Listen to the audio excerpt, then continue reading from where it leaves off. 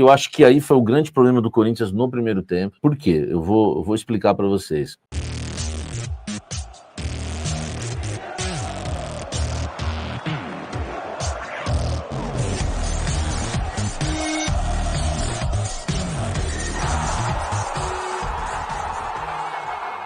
Quer matricular o seu filho ou sua filha numa escola bilíngue de respeito? Casa Branca Educacional. Na Casa Branca, cada detalhe existe para apoiar o desenvolvimento do seu filho. O nome Casa Branca, aliás, reflete o compromisso em criar ambiente restaurador em que famílias se sintam acolhidas e as crianças realmente se sintam em casa. A infraestrutura aconchegante valoriza cada momento, porque a Casa Branca acredita, para um aprendizado bilíngue pleno, que o mais importante é que cada aluno se sinta bem-vindo, respeitado em seu ritmo e feliz para aprender. Aprender com alegria e diversão. Entre em contato no link na descrição. Venha viver essa experiência. Casa Branca, parece casa, é escola, um espaço seguro para o seu filho crescer bilíngue e feliz, desde a educação infantil ao 9º ano. Educação bilíngue de verdade. O Corinthians iniciou a partida, né, com os desfalques que a gente já esperava, Hugo Souza, Maico e Mateuzinho. Não vou nem citar os outros, né, como o André, o Vitinho, mas mais esses três que foram os desfalques, né, pontuais, né, os desfalques pontuais aí do Corinthians, né. Vamos lá. Só para vocês entenderem, né? Hugo Souza não jogou, a gente avisou vocês que ele não jogaria, lesão de grau 2 não viajou, Mateuzinho suspenso e Maico suspenso. O grande problema do Corinthians era resolver a lateral direita. Eu avisei vocês, uma informação exclusiva, que o Martins seria o nosso lateral direito. O Corinthians, ele mudou a maneira hoje de criar, né, o jogo. Isso não me agradou. É uma maneira que eu até gosto, espero, não gosto de ficar refém quando o Corinthians joga com os três zagueiros, né? Mas o Corinthians hoje, ele jogou realmente num 4-4-2 no primeiro tempo. Eu achei até que o Martins ia ser mais ala do que lateral, mas sem a bola, a gente tem que analisar o time com a bola e sem a bola.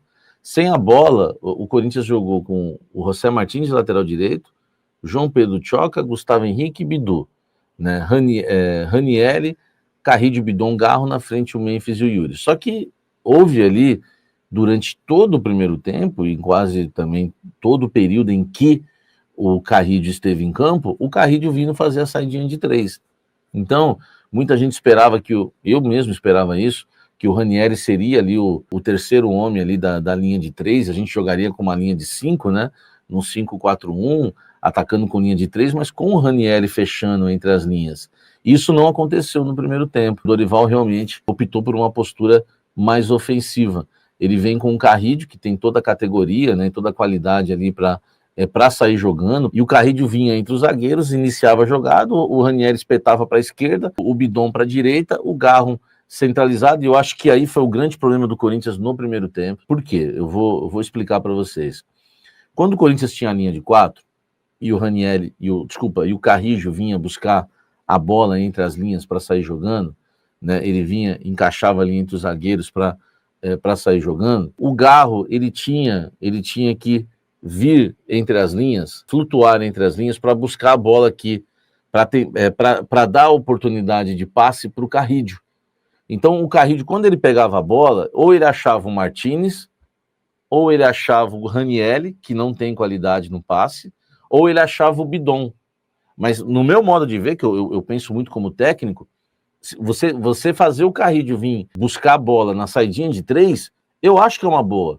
Porque de todos ali é o que mais tem qualidade, é até difícil roubar a bola dele. Ele tá de costas com a bola, ele protege, ele faz o giro. Tudo bem, ok. Só que o problema do Corinthians foi que o Garro, ele não veio, ele não veio entre as linhas, ele não flutuou entre as linhas. Ele espetou na frente, junto com o Memphis e o Yuri e ficou esperando a bola chegar do Bidon e do Ranieri.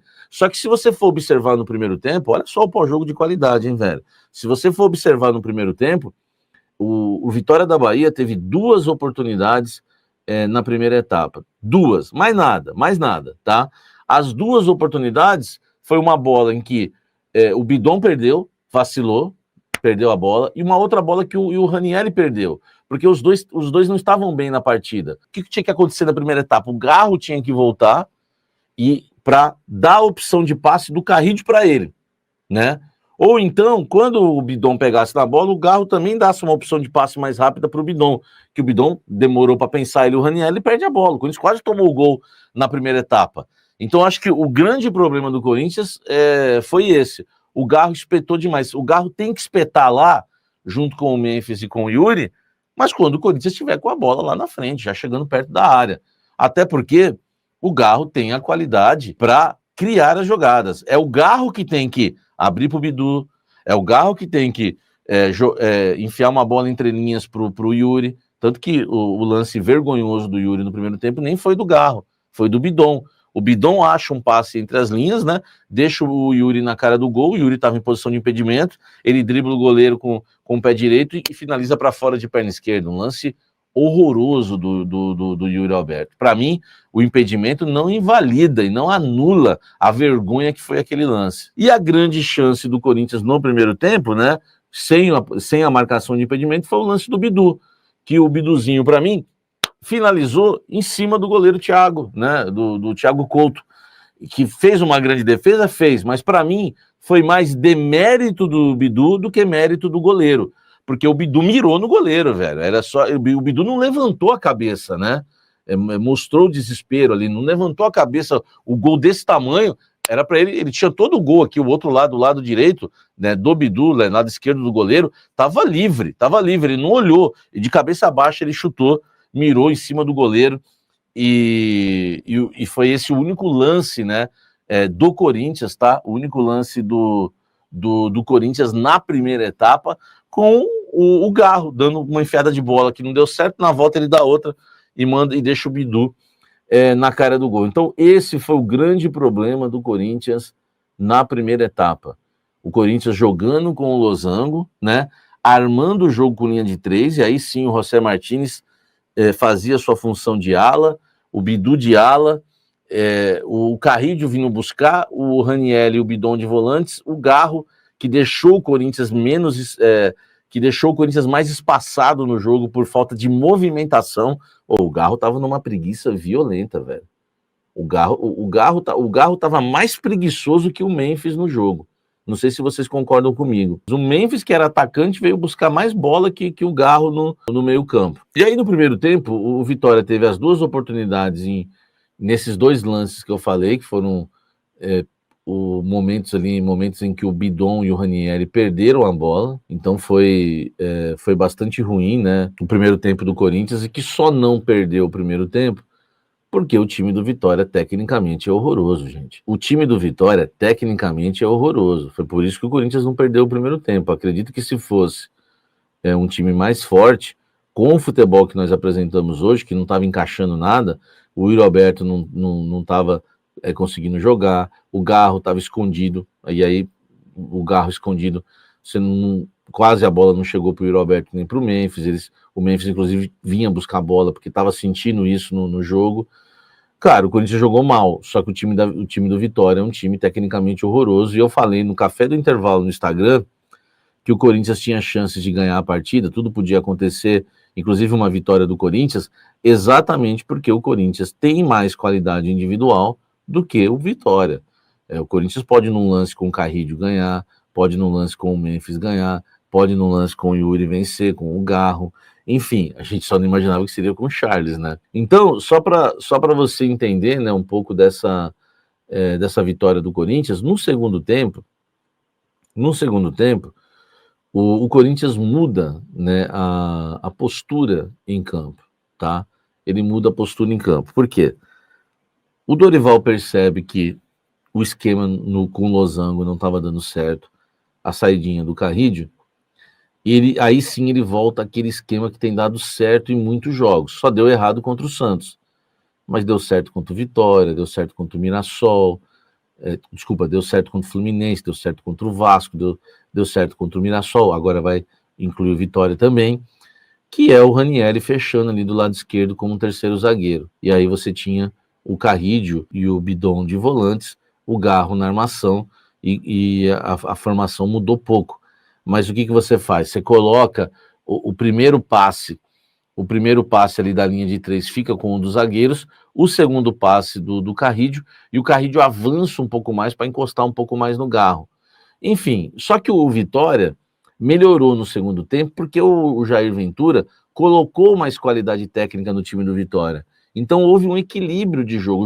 O jogo ficou melhor o jogo na segunda etapa do que no primeiro tempo. Só que o Corinthians só não teve uma vantagem maior porque o Vitória melhorou na qualidade técnica, né? O Mateuzinho é muito bom jogador, que entra, né, no segundo tempo. Enfim, e aí o jogo fica equilibrado, tá? O jogo fica mais equilibrado. O time do Vitória, você vê, troca passe para cá, abre para a direita, cruza e não acontece nada. Você não vai lembrar de nenhuma super defesa do Felipe Longa, a não ser aquela depois ainda do Corinthians abrir o marcador. Então o Vitória também cisca, mas não arruma nada, entendeu? E o Corinthians, ele também não tem oportunidades, porque teve que mexer, o Carrijo sai, entra o Charles, enfim, aí vem, né, a expulsão ridícula de Breno Bidon. O Lancheirinha é expulso, o Dorival rapidamente mexe no time, tira o Yuri Alberto, que fica lá deitado, orando, sabe, assim, o Yuri Alberto, ele faz um tipo, assim, o Yuri Alberto, ele tem uma vaidade que talvez vocês não descobriram ainda. Mas ele é um bom menino, mas ele é vaidoso, o Yuri Alberto. E às vezes me dá a impressão que o Yuri Alberto acha que as coisas giram em torno dele. Ele tá bem, que tá todo mundo olhando para ele, né? Que o lance dele é dramático, que ele não sei o quê. Cara, ele saiu, ficou lá deitado lá, dando um showzinho. Tchau, filho, você não tava jogando nada. O Dorival não mexeu mal, não. Quem tinha que sair era o Yuri Alberto. Aí ele recompõe colocando o André Ramalho na zaga, continua com a linha de 3, só que o João Pedro Tchoca, André Ramalho e Gustavo Henrique. O Ranieri, que no segundo tempo passou a fazer linha de 3, o que melhorou o time do Corinthians, passa a jogar no meio campo junto com o Charles e o Garro, e lá na frente o Memphis Depay, e nas alas o Martinez e o Bidu. E aí o Corinthians consegue ganhar numa jogada no final, com a qualidade do Memphis, que consegue pegar uma bola ali, levantar a cabeça e cruzar. Não foi só um gol por acaso. O Memphis, ele faz a jogada certa também. Acho que a gente tem que...